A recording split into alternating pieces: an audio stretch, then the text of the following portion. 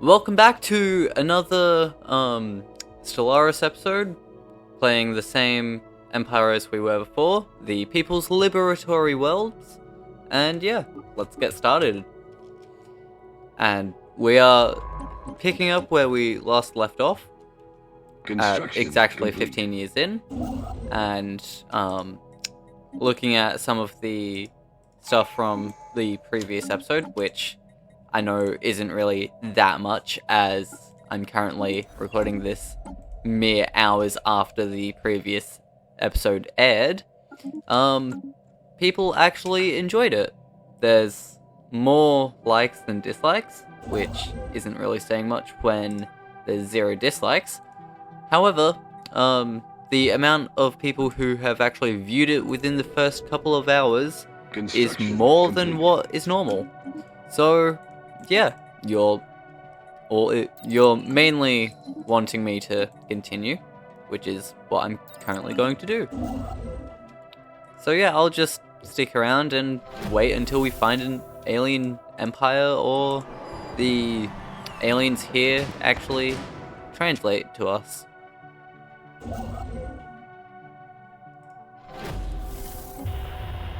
And there it is, the Shroud Coven, which is a enclave in this game. They aren't an actual empire.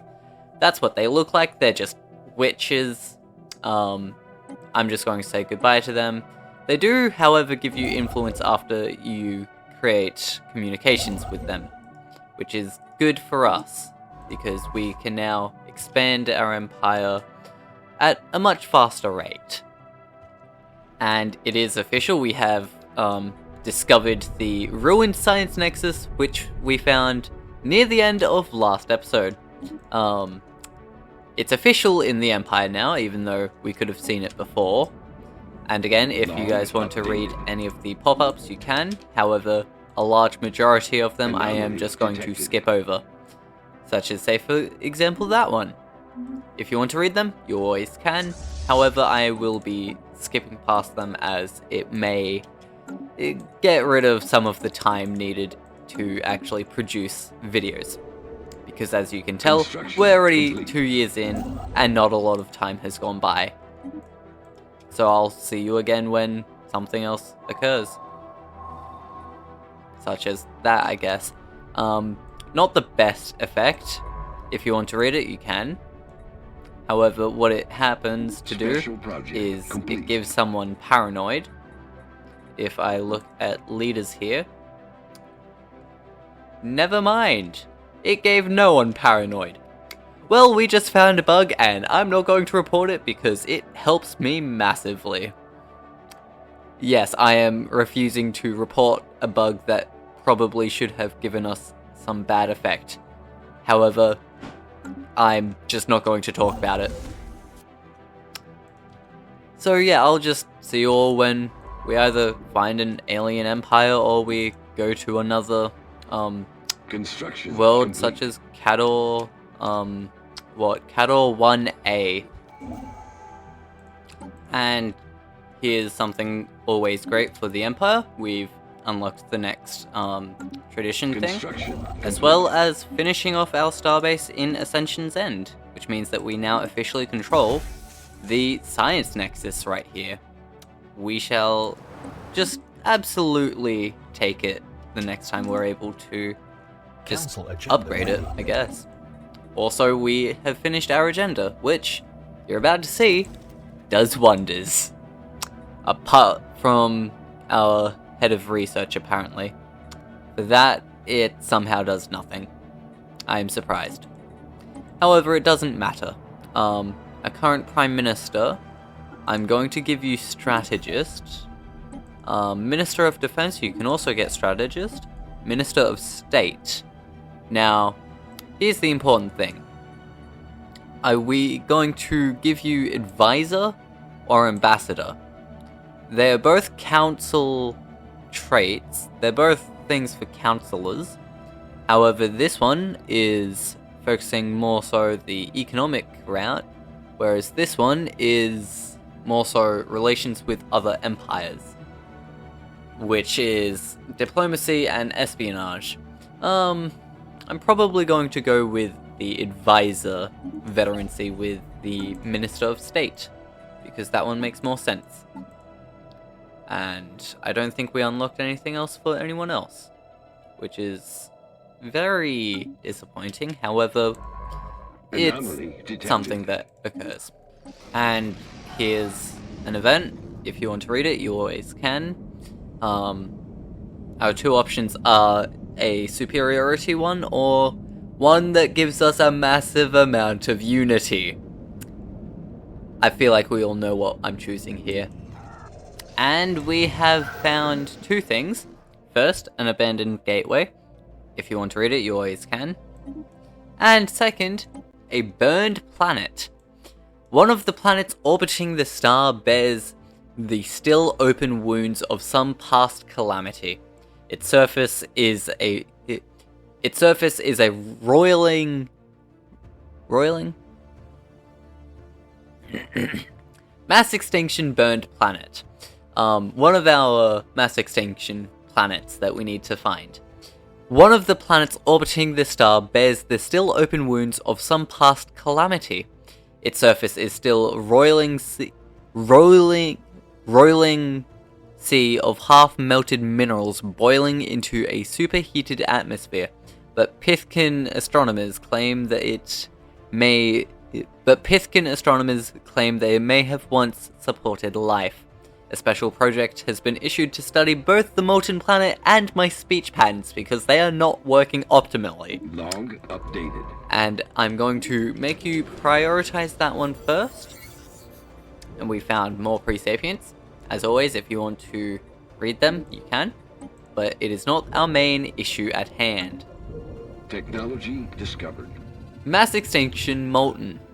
The unfortunate fate of the planet can be laid squarely at the feet of cosmic whims. That's sad. Some gravitational disturbance. After eyeing the system's sun with some suspicion, our scientists named a transient space-time anomaly as the likely culprit, forced the planet from its natural orbit to one much closer to the sun. Although the planet is slowly spiraling out towards its original orbit, it has been cooked in the residual heat from the star ever since. Which is a sad day for that specific planet. However, we have just got more technology, which means I will have to see you again when we find more planets that are specifically... Or an election can occur as well. That's fine. As the previous election, I am just going to select nothing. Forest research. We have learned a great deal by living in proximity of the wandering forest on Tartan. Some enterprising colonists have even built homes in the treetops of some of the larger specimens, following the forests around as they migrate across the planet. Some of the foremost biologists in the People's Liberatory worlds have spent time studying these unique trees. I wonder why they do that. It's almost like the trees are alive or something. I swear, every single time I speak, something happens. So we have found space amoeba. I believe that's a space amoeba. I mean, it looks like a space amoeba. Well, we shall send one of our envoys to go communicate with this space amoeba. Or a forest fire can occur on Tartan, which reduces food. That is actually fine. We weren't using Tartan for food producing people, so it's fine. Sadly, however, some of the forests have been murdered by a forest fire. Technology It's discovered. not the best, however, not certainly the worst. Ooh, we have just found a Evading godsend of a system. Holy fucking hell. Sorry for my profanity there, but holy just motherload of planets. That is 4 planets right there. Sadly, they're all not the perfect type of tundra. However, if we find people that are okay on that type of planet, we are just golden. Also, these people are just retreating because there's amoebae that are threatening their existence, and so they shall continue going elsewhere. And we have found another terraforming candidate. Anyway, back to searching for the unknown. And we have actually found one of the biggest rewards ever, which you could just see right now. Basically, a gas giant was not a gas giant. It was just a barren planet with a large atmosphere. However, they have now just destroyed its atmosphere. It's a very unique planet.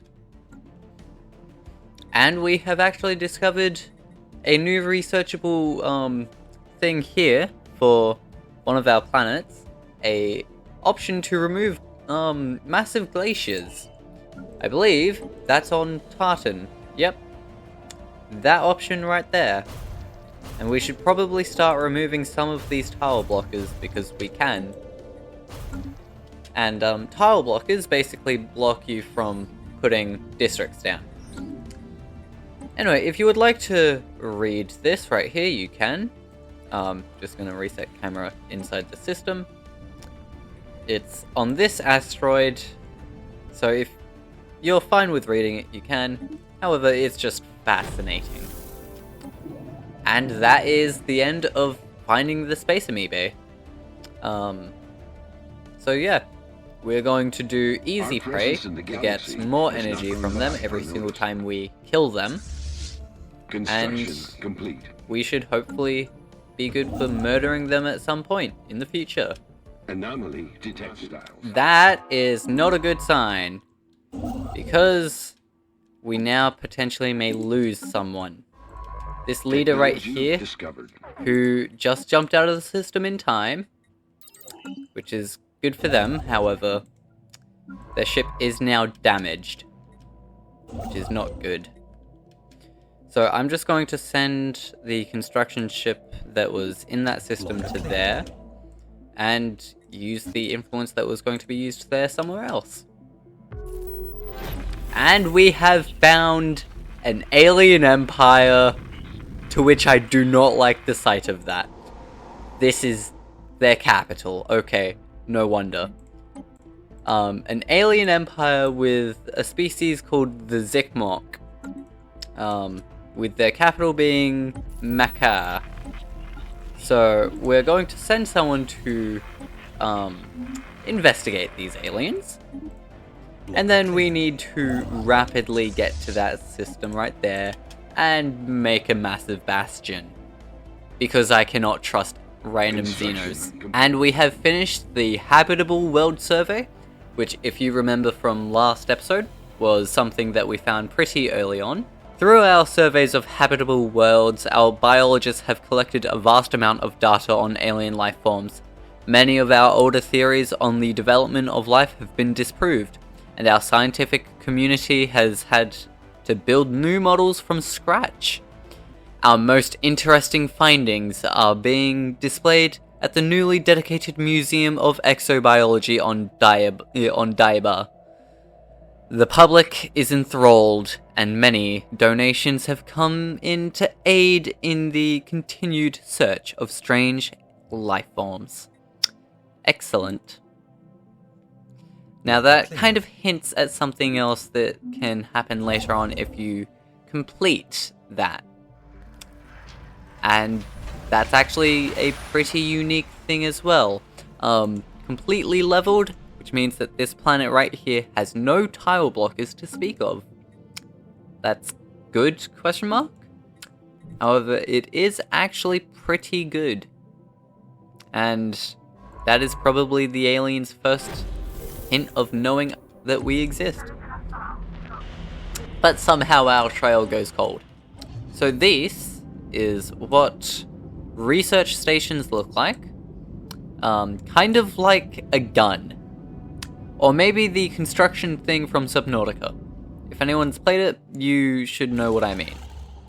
And then this is what our mining stations look like. Very different. Yeah. A very different look to the science stations. However, still completely unique. And our scientist here has finished healing their starship, which means that we can now set them to explore the galaxy once more. And we can finally get our council to finish the thing, to which you will notice we finished that rather quickly. Like, we still have 3.8 years left of the previous agenda. And that's something to notice about pretty much a lot of things. Previously, it used to be very slow. However, now things are actually taking a lot faster. Taking a lot faster? No. Things are actually taking a lot less time to finish. Iota aliens. Spacefaring civilization discovered. Deep space survey efforts have stumbled upon an inhabited world in the Makar system. It belongs to the Iota aliens, who are now believed to be a previously unknown interplanetary civilization. This colony or homeworld is the system's third planet, a desert planet that lies well within the circumstellar habitable zone. Hopefully their society is a progressive one based on liberty and individual freedoms, but we will have to translate their language to find out. Keep at it. Now, if we look at this system, something I was going to talk about earlier, which I decided not to, is that they share our ethics, meaning that they will, in fact, be erstwhile allies. And I think they might actually be an advanced AI. Or not, because we have more... do you have a slow breeding as one of your traits? No, you don't. So I have no idea why we would have more pop growth than you. Maybe because we don't have immigration on our colonies. That might be something. Which I will try to fix at some point, but probably not be able to. And the forest has adapted. Continued interaction between our colonists and the wandering forest on Tartan has revealed that the trees are in possession of some form of rudimentary communal intelligence. So we are basically living with a hive mind. They seem to have adapted to our presence and now go out of their way to avoid damaging the property of our colonists, even without the use of the insect pheromone. That is surprising, actually. Spirits among the colonists have risen. That gives plus 20% happiness, which means our people here are at a staggering 90% happiness, which is generally surprising to me.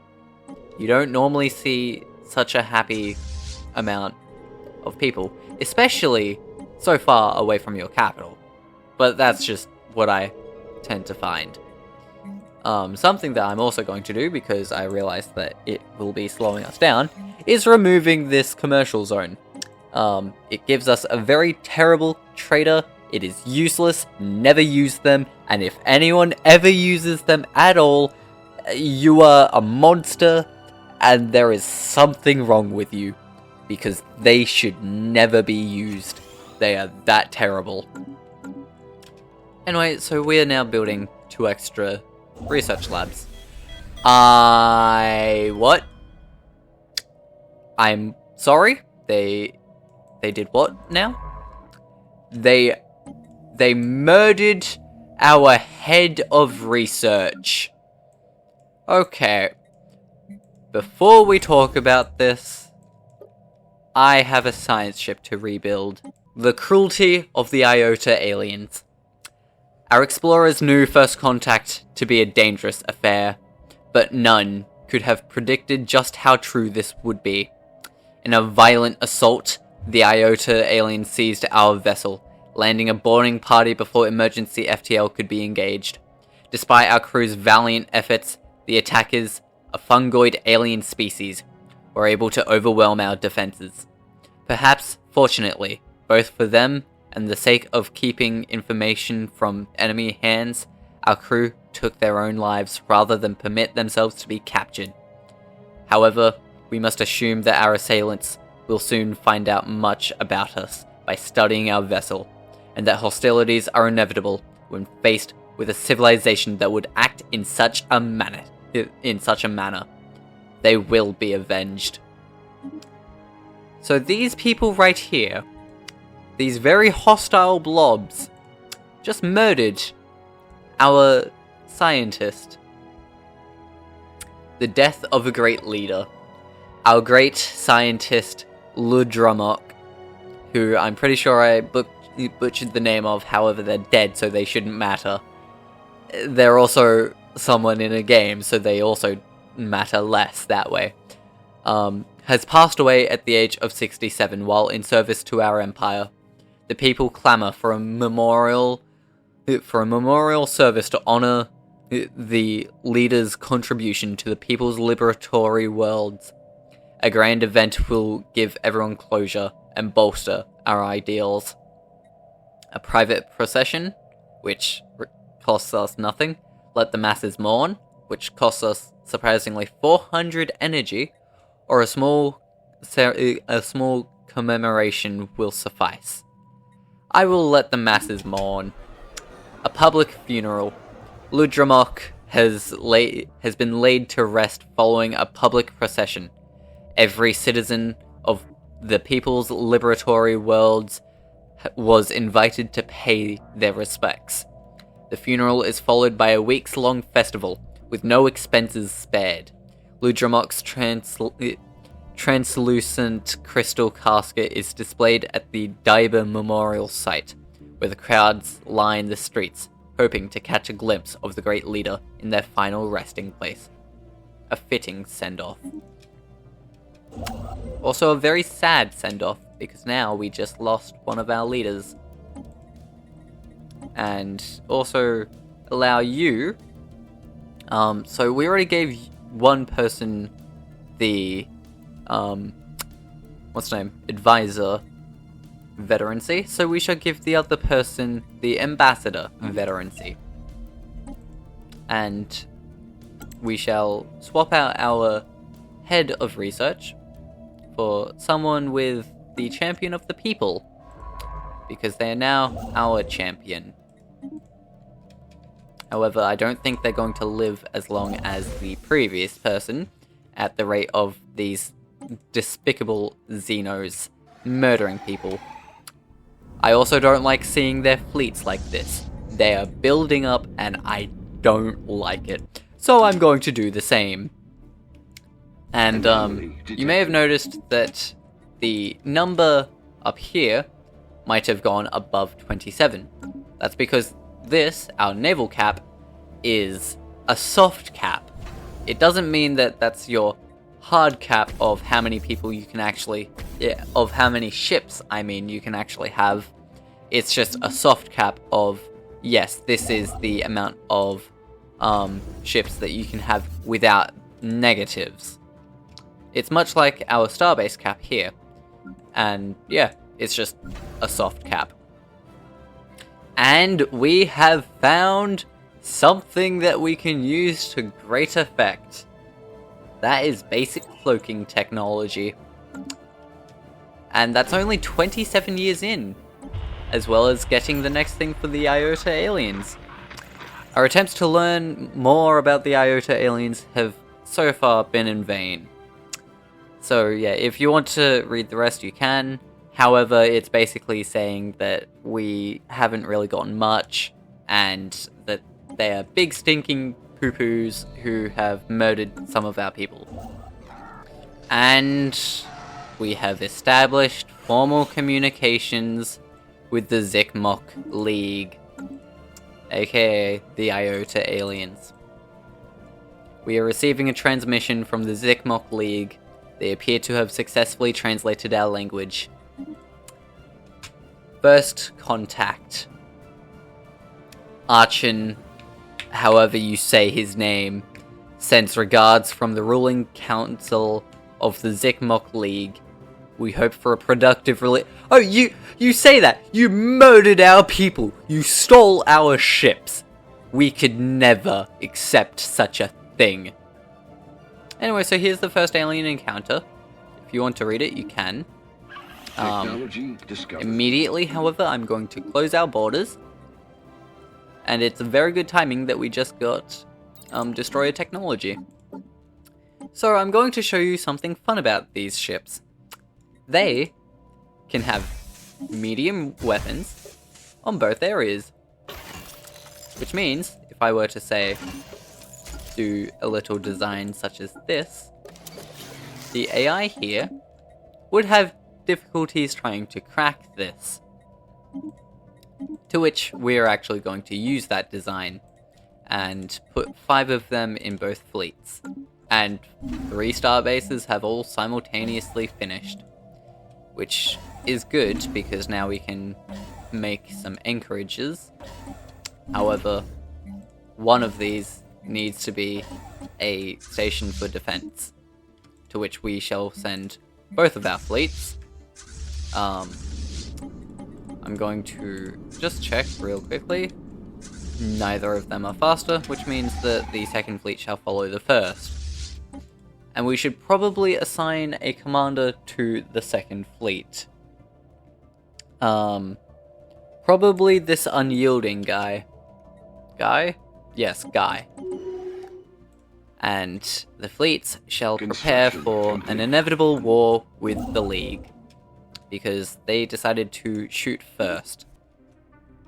Now, as we finish today's episode, it is on a solemn note, because we have lost a very valuable researcher very early on, and I am doubtful we'll get someone as good as that very soon. But we do sadly need to say goodbye. It is also with a large amount of disdain that I must say that I will likely need to claim several of these planets and declare war on these guys, because they're probably going to try to do that to us at some point. Like, not going to lie here, we're probably boned. Very boned. So, yeah. Complete.